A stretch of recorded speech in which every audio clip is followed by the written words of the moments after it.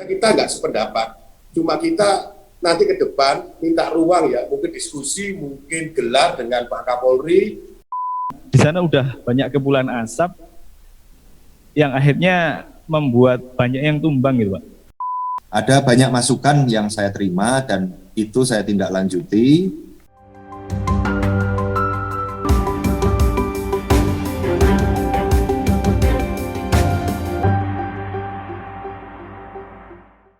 Assalamualaikum warahmatullahi wabarakatuh. Salam damai sejahtera buat kita semua.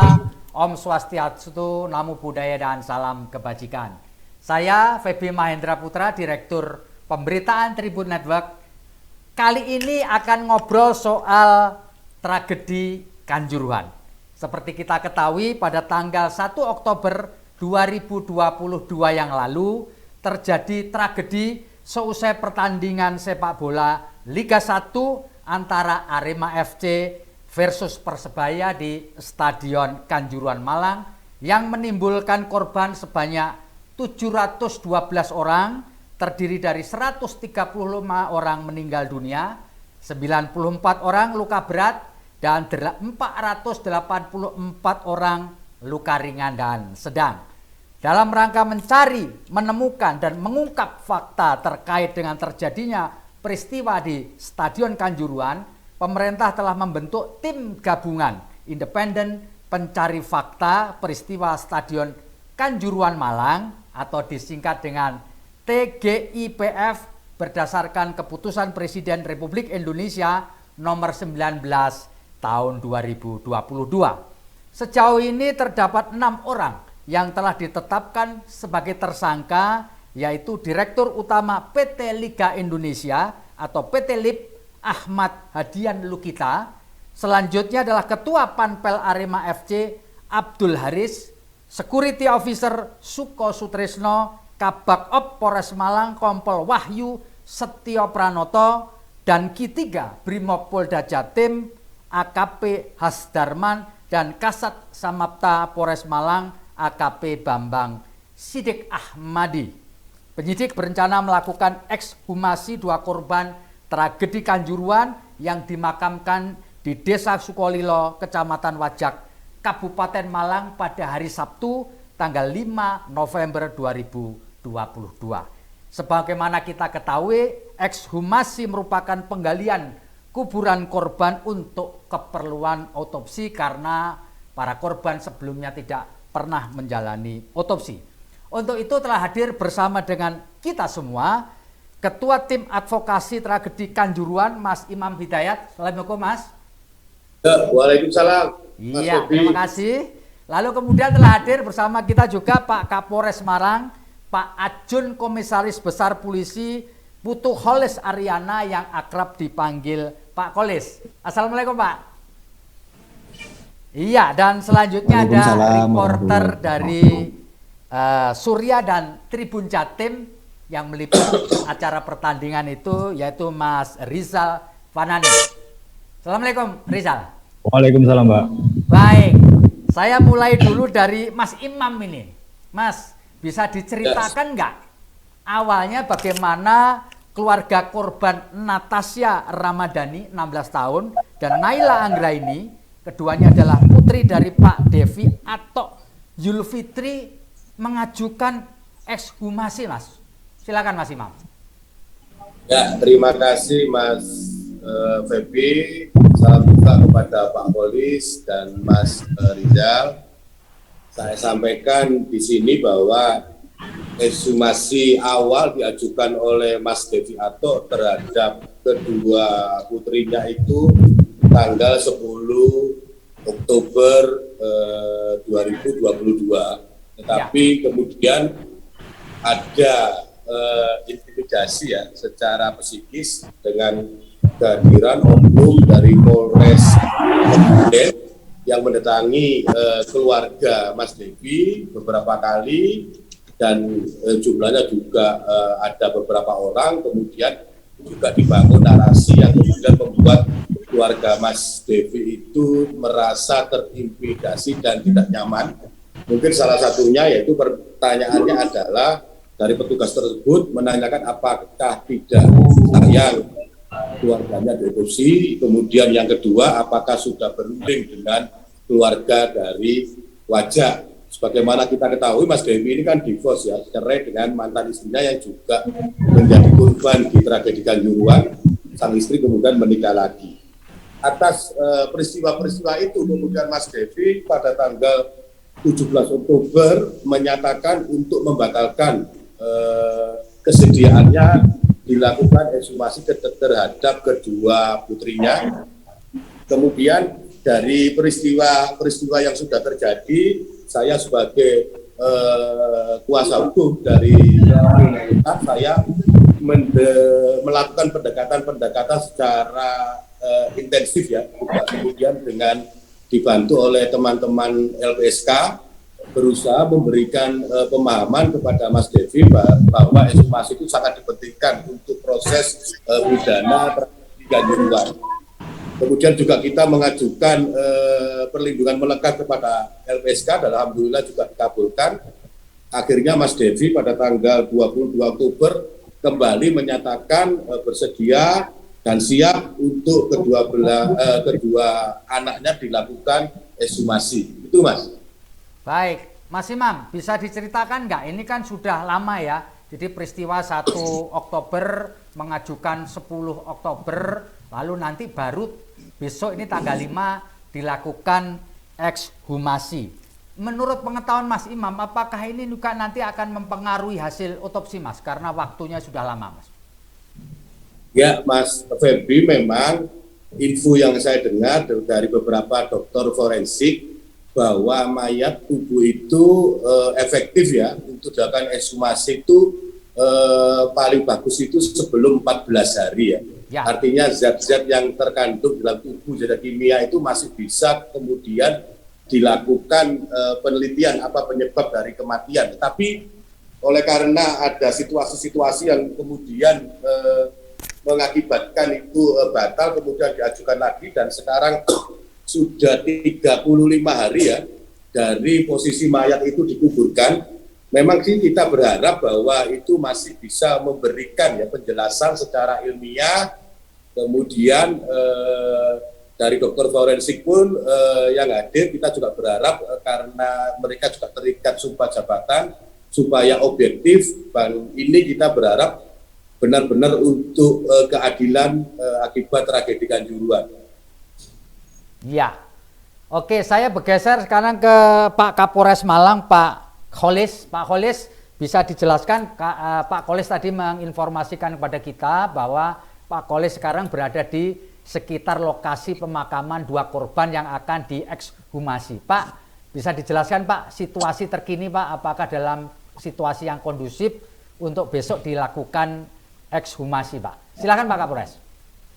Terima kasih. Sebelumnya saya perlu jelaskan bahwa kami dari Polres Malang itu periode tanggal 17 Oktober sampai 20 Oktober 2022 itu juga saya sudah mendatangi lokasi makam di Wajak dan sudah kami sudah mempersiapkan tenda, dan tanggal 20 itu juga saya ngecek bersama Muspika di Wajak untuk menunjukkan bahwa kami dari Polres Malang siap, karena memang karena waktu itu saya baru, jadi ada kesimpang siuran informasi yang saya terima apakah jadi atau tidak. Namun pada saat itu saya mengambil langkah tetap kami persiapkan di lokasi makam apabila nanti sewaktu-waktu ekshumasi ataupun autopsi ini jadi dilaksanakan. Nah, seiring perkembangan waktu dari TGIPF, dari Komnas HAM, dari pihak pendamping, pengacara, dan keluarga akhirnya memastikan bahwa menyetujui pengajuan ekshumasi dan autopsi untuk tanggal 5 November 2022. Saya tadi mengecek lokasi makam dan melihat sendiri kondisi kesiapan yang sedang dilakukan dalam rangka memperlancar atau menjamin kelancaran kegiatan ekshumasi besok.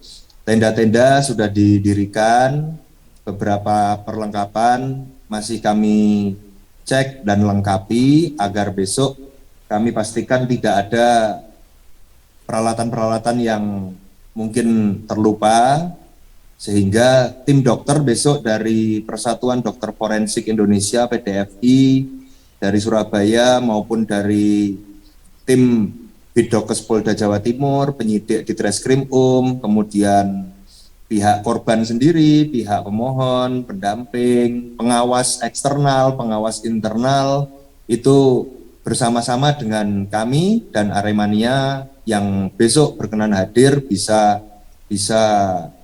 mengikuti kegiatan, dan kegiatannya harapannya bisa berjalan lancar. Untuk kondisi tadi sore pada saat kami cek itu selesai hujan, kondisi di makam relatif normal, memang ada bekas-bekas hujan, namun kami sudah persiapkan agar tim bisa menjalankan tugasnya besok dengan lancar. Ya, Pak Kapolres, kan tentu ini ekshumasi ini akan menarik perhatian masyarakat ya, terutama Aremania, keluarga korban yang lain, kepingin nonton ini Pak. Bagaimana pengaturannya Pak, supaya antusiasme masyarakat yang mungkin datang ke lokasi itu melebihi ekspektasi dari petugas keamanan Pak? Ya, memang kemarin sempat ada simpang siur berita, mohon maaf saya luruskan bahwa memang masyarakat dipersilahkan untuk menyaksikan, dan nanti kami mohon seluruh pihak justru dengan adanya perhatian publik ini kami berkesempatan menyampaikan agar mari sama-sama kita baik dari unsur pengamanan, perangkat lingkungan, dari kecamatan, dari warga wajak, dari Aremania, dari tim pendamping, bersama-sama kita mendukung kelancaran kegiatan besok agar bisa berjalan sesuai harapan, seperti itu. Jadi tidak ada pembatasan orang yang mau melihat ekshumasi ya Pak Kapolres? Secara prinsip tidak ada, justru ini sebagai upaya transparansi dan keterbukaan. Justru nanti kami juga berharap dari masyarakat juga ikut membantu dan melancarkan kegiatan ini, gitu. Oke, Mas Imam, kembali ke Mas Imam. Mas, yang ingin dicapai oleh tim advokasi dan keluarga korban terkait dengan ekshumasi dan otopsi ini apa Mas? Bisa dijelaskan Mas?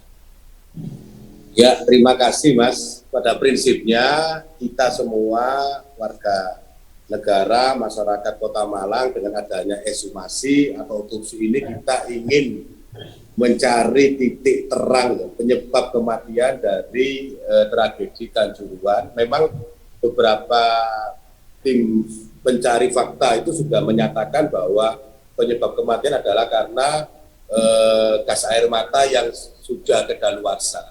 Tetapi ini perlu diperdalam dan diperjelas serta dibuktikan, artinya dengan keterangan ahli forensik yang didapat nanti dari ekshumasi itu memperdalam, memperjelas daripada penyebab matinya 135 orang. Itu yang ingin kita capai. Mas Imam, kalau boleh saya tahu Mas, dari 135 itu mengapa yang mengajukan ekshumasi atau otopsi itu hanya 2 orang ya Mas? Mengapa Mas? Ya, karena ekshumasi atau otopsi ini memang pihak keluarga kebanyakan yang sudah katakanlah kita beri pemahaman ke beberapa orang, rata-rata masih mengalami trauma. Artinya mereka belum bisa memikirkan apakah mengizinkan atau tidak apabila keluarganya telah meninggal dunia itu diotopsi. Sehingga yang di sini hanya yang bersedia adalah Mas Devi Atok, di mana kedua anaknya meninggal dunia dengan semangat mencari keadilan terhadap kedua anaknya, juga korban-korban yang lain dengan pemahaman yang penuh, pendampingan penuh baik dari LPSK maupun dari kita. Hanya beliau yang bersedia sampai saat ini. Oke, saya geser kepada Mas Fanani dulu. Mas, Anda kan wartawan yang meliput pertandingan itu, termasuk kemudian dengan tragedi yang menyertainya.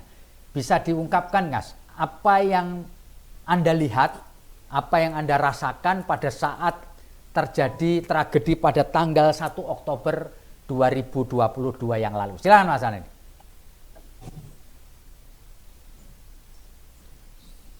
Mas Fanani anunya masih di mute, suaranya nggak dikeluar. Nah, dibuka dulu. Ya, silakan Mas.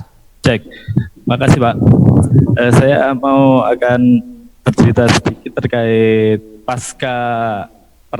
usai pertandingan. Pada waktu itu saya di bawah.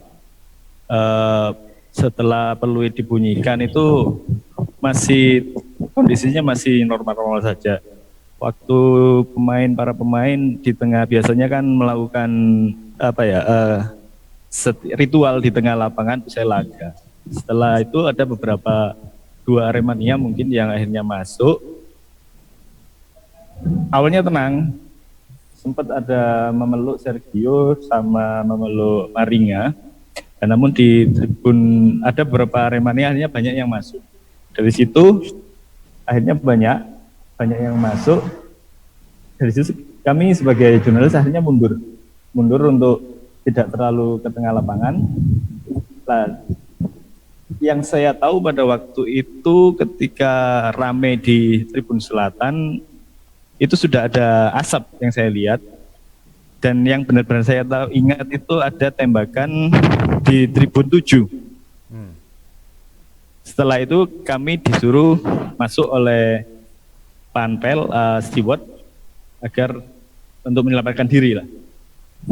Setelah itu kami masuk ke ruang press room menunggu preskon Arema dan Persebaya. Waktu itu Persebaya tidak melakukan preskon, langsung pulang.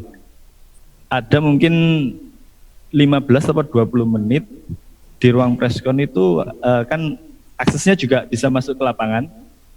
Di situ ada beberapa, saya lihat ada Aremania, rata-rata wanita ya. Cewek itu dibopong teman-temannya. Awalnya saya menduga mungkin karena berdesakan atau apa.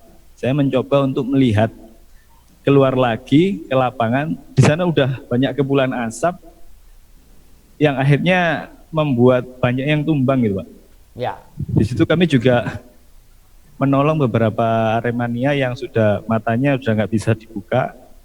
Terus waktu itu sudah tidak ada air mineral, ya saya berinisiatif untuk mengambil air dari botol-botol bekas itu, saya kasih air keran itu, pokoknya matanya mereka itu bisa dibersihkan lah wajahnya. Saya juga sempat kena hembusan gas air mata pada waktu itu sama teman-teman jurnalis lainnya. Waktu preskon itu sempat masih berjalan, preskon mau berjalan, tidak ada tanya jawab. Ada beberapa Aremania yang menggedor pintu dan berteriak, temanku mati, mas tolong temanku, udah sekarat. Di situ kita semua teman-teman jurnalis sudah nggak berpikir untuk meliput atau mendokumentasikan. Mereka akhirnya semua nutup laptop, nutup segala macam alat. Akhirnya kita ya harus turun menolong mereka yang akhirnya di lorong kiri kanan VIP yang di bawah itu udah banyak yang tumbang, banyak yang pingsan. Dan saya juga melihat ada Aremania yang sudah membiru wajahnya, dan juga ada yang sudah meninggal di situ Pak. Ya. Saya juga waktu itu ingin minta bantuan ke tim medis yang ada di sebelah musola. Ternyata waktu itu juga di musola sendiri sudah banyak yang udah ada yang sekarat ataupun mungkin pasti ada yang meninggal kayaknya Pak. Kalau Mas Fanani sendiri sempat membantu berapa orang Mas di antara penonton? Saya waktu itu ada yang sekarat, yang sudah mungkin detak jantungnya itu kayaknya udah nggak terselamatkan Pak ya. Tapi ya saya berharap aja yang saya tolong ini mungkin selamat. Itu saya angkat ke truk Brimob, terus yang satunya itu ada yang linglung, dan satunya lagi ada yang udah meninggal. Saya geser, saya minta tolong teman-teman wartawan untuk ngangkat jenazah ini, saya pinggirkan agar tidak di tengah gitu. Ya. Ya mungkin total sampai 4 gitu. Ya. Baik, terima kasih. Kita kembali ke Pak Kapolres. Pak Kapolres, tentu ini cuaca tidak menentu ya Pak ya, bisa saja besok turun hujan, lalu kemudian mungkin ada angin juga. Apakah ini juga sudah diperkirakan Pak oleh petugas kepolisian terkait dengan situasi cuaca besok Pak? Karena saat ini akhir-akhir ini anomali cuaca kan tidak bisa kita perkirakan, tiba-tiba turun hujan. Silakan Pak Kapolres. Sudah kami cek, sudah kami antisipasi untuk kondisi-kondisi terop atau tenda yang terpasang. Tadi kami pastikan kokoh dan tidak terdampak misalkan cuaca hujan.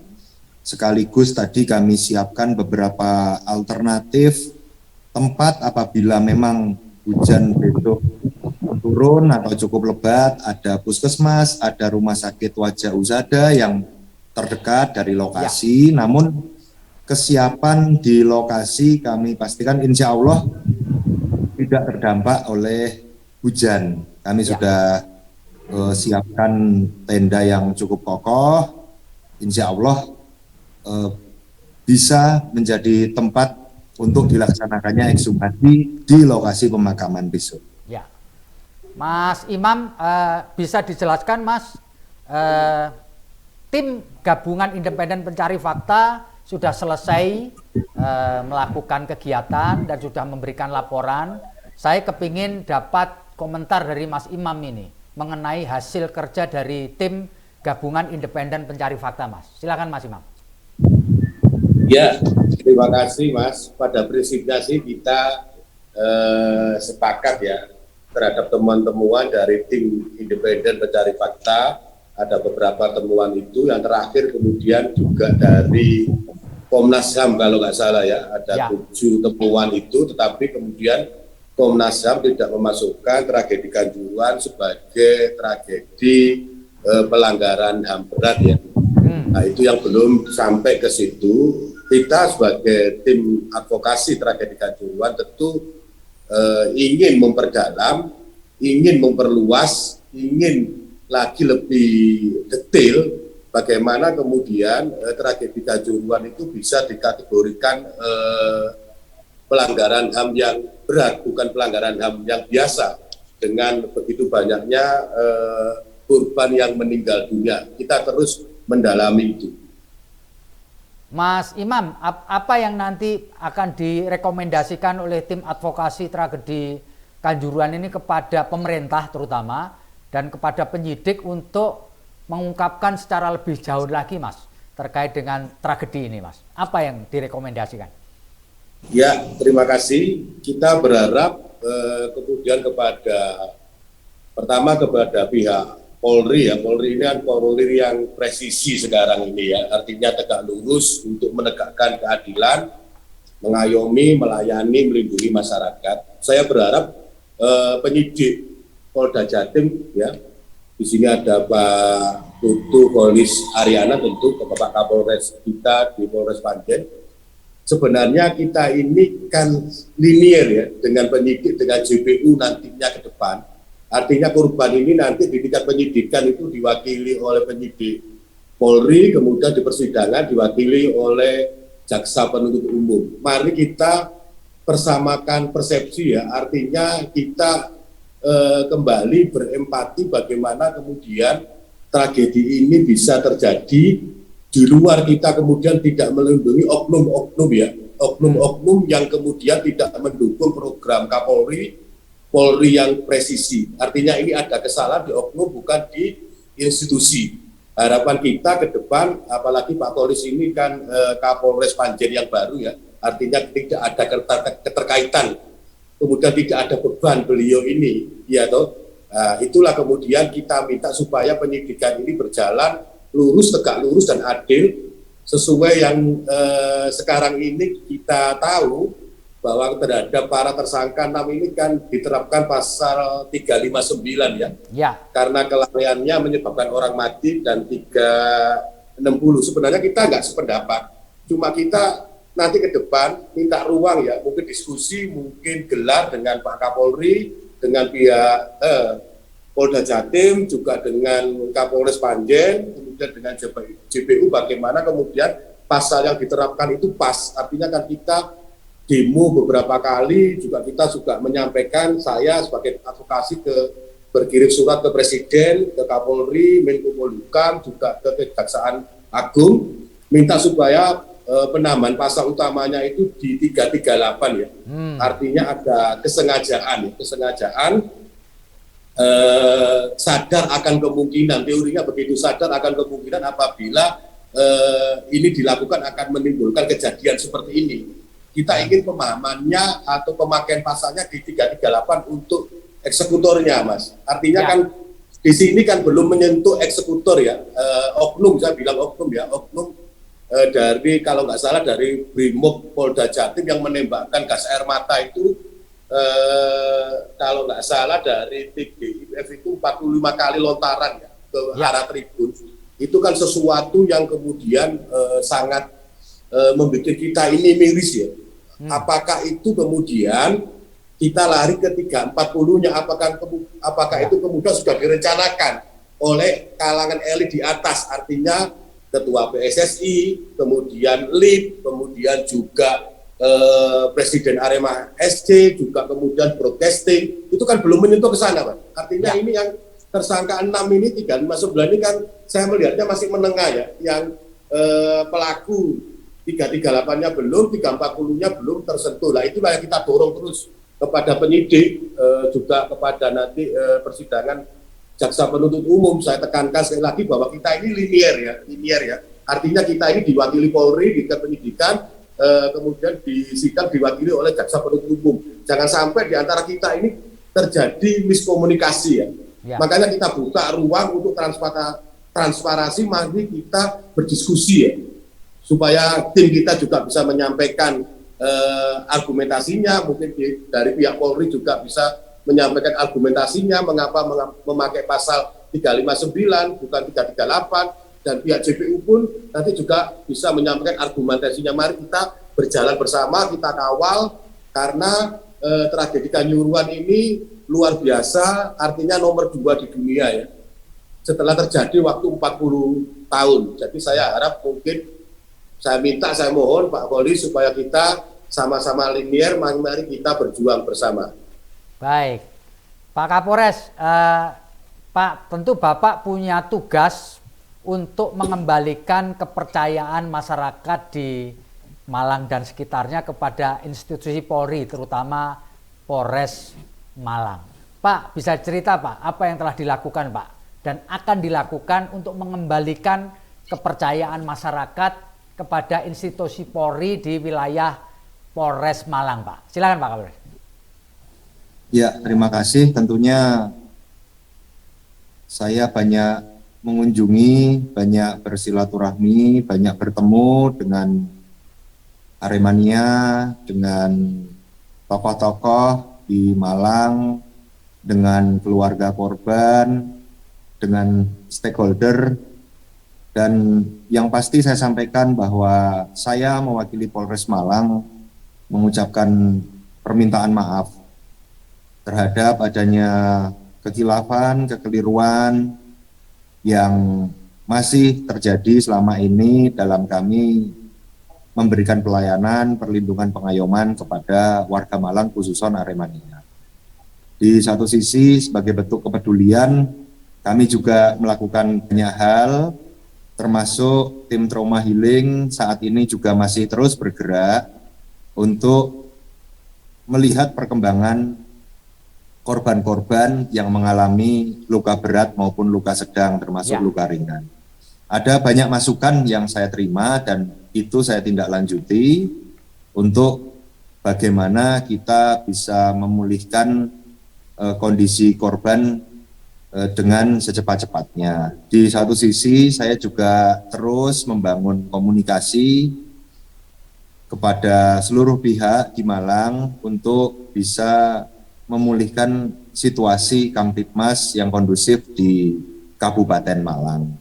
Satu sisi saya juga harus jujur bahwa yang bisa membantu kami dari Polres Malang untuk bisa memulihkan situasi secepat-cepatnya adalah media, kemudian Aremania, kemudian masyarakat, dan seluruh komponen yang ada di Kabupaten Malang. Kami mohon dukungan, mohon doa restu, semoga kondisi di Malang lekas pulih. Satu sisi kami juga menampung aspirasi rekan-rekan, termasuk dari tim penasihat hukum yang jadi perwakilan dari para korban.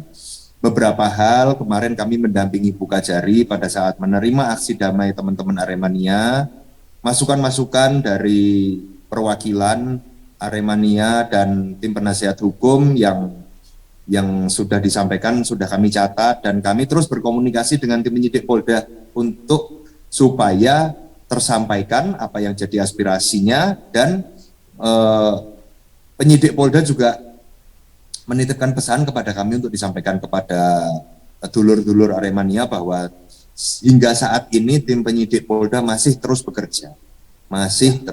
bekerja untuk penuntasan penanganan peristiwa tragedi Kanjuruhan. Demikian.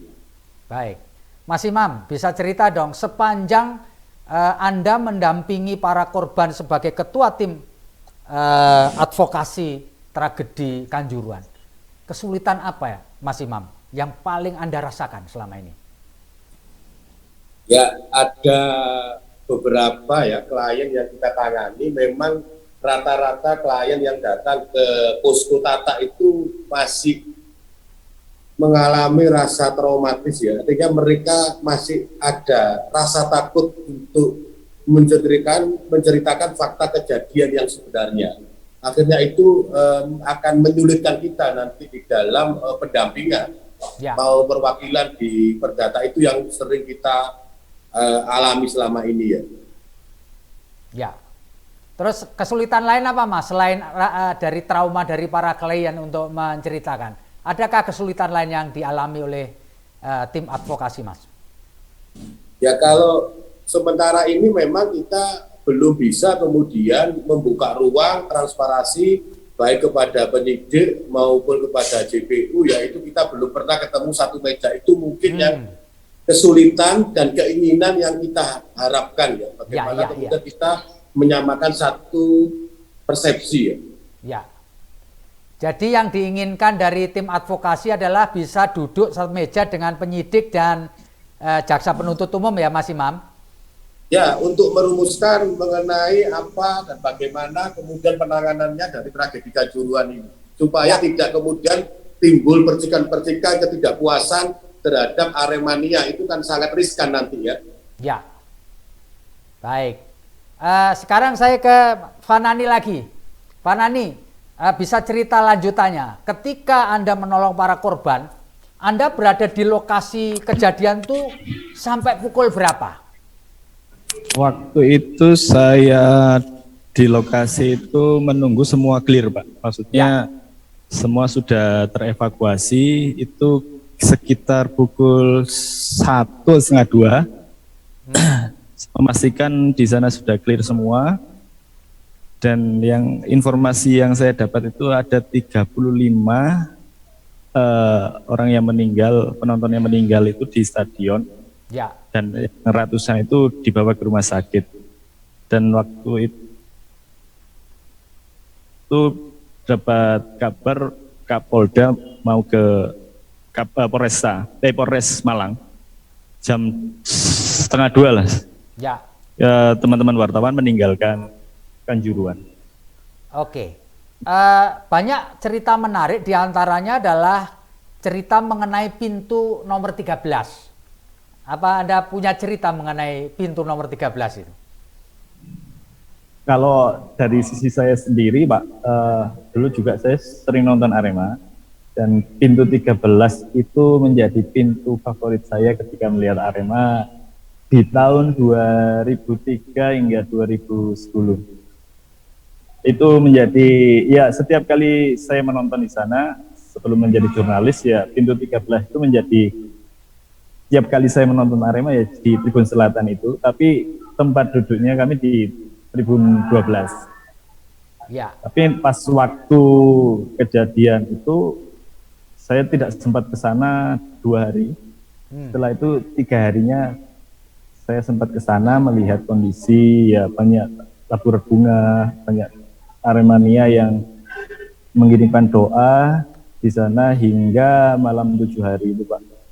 Ya, Pak Nani, bisa cerita nggak apa yang Anda rasakan? Jadi bisa jadi menangis sendiri atau apa ketika Anda menyaksikan para korban yang begitu banyak di lapangan pada waktu itu. Apa yang Anda rasakan? Atau biasa saja atau merasa ngeri? Atau saya gimana? merasa waktu itu tidak percaya, Pak. Ya, Saat melihat beberapa jenazah di kiri kanan saya hingga musola itu, saya berpikir kayak kosong pikiran saya waktu itu. Apa ini benar nggak ya? Apa ini kayak seperti ini? Selama saya melihat maupun meliput Arema, kayak ya terutama sepak bola ya, tidak pernah kayak melihat kejadian yang seseram ini, mencengkam ini, sangat mencekam waktu di lorong. Dan waktu pulang itu usai dari Kapolda Preskon pukul 5 kalau nggak salah, dan saya pulang waktu itu ya langsung saya mau istirahat pun sampai kepikiran dan ya akhirnya menangis, Pak. ya, Kok bisa, ya banyak yang pertanyaan-pertanyaan yang timbul, kenapa harus kayak gini, kenapa kok ada banyaknya gas air mata, kenapa kok tidak melihat di sana itu banyak anak kecil, banyak perempuan yang sepak bola selama di Malang itu juga aman-aman aja, kok kenapa harus terjadi gitu, Pak. ya. Itu ya yang dirasakan ya. Iya. Oke, Pak Kapolres, tadi Mas Imam sempat menyinggung ada beberapa oknum yang mendatangi keluarga korban untuk meminta agar tidak dilakukan ekshumasi. Apa Pak Kapolres mendengar informasi ini, Pak? Saya mendengar dan sudah mengecek. Kemudian pada waktu yang hampir bersamaan juga tim TGIPF, kalau tidak salah Bapak Armet Wijaya dan Pak Khairul Anam dari Komnas HAM juga memverifikasi informasi itu. Jadi saya berkomunikasi dengan tim TGIPF dan Komnas HAM serta dari Polda, penyidik dari Polda Jawa Timur. Pada saat saya ingin meng-cross check, beliau-beliau menyampaikan untuk lebih netral biar beliau-beliau dulu yang mengecek ke keluarga Pak Deviato waktu itu agar nanti ada informasi yang seimbang mengenai duduk permasalahan.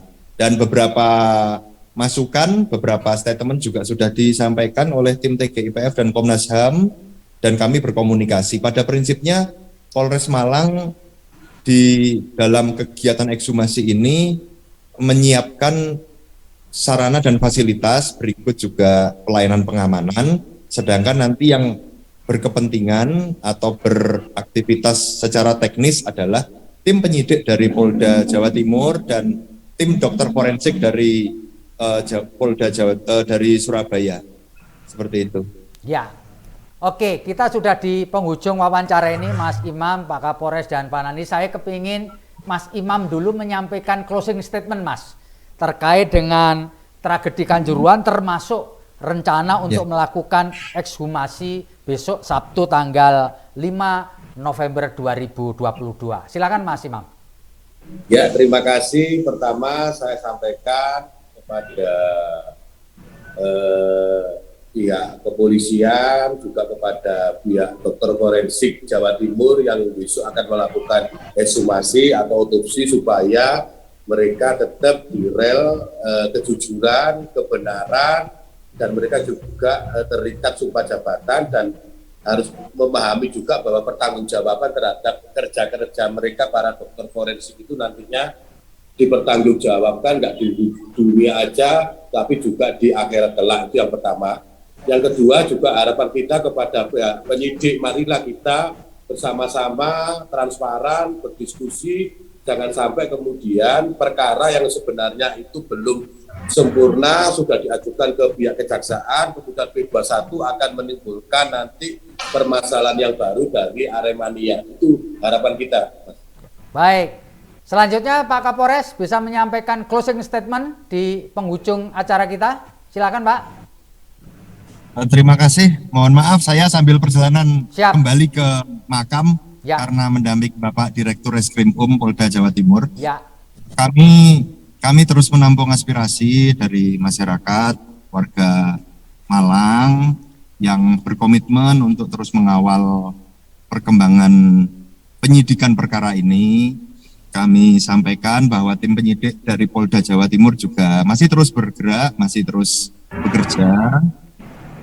Kemudian berkas juga kami dapat informasi dari Bu Kajari Kabupaten Malang bahwa berkas dikembalikan dilengkapi dengan beberapa petunjuk yang masih harus dilengkapi oleh tim penyidik Polda Jawa Timur.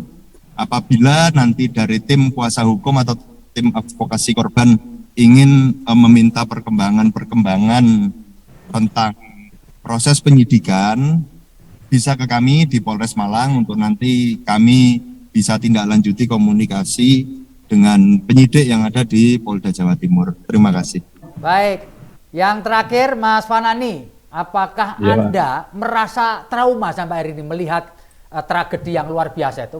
Sempat merasa Ya. trauma nggak, Mas? Sempat waktu itu 3-4 harian lah saya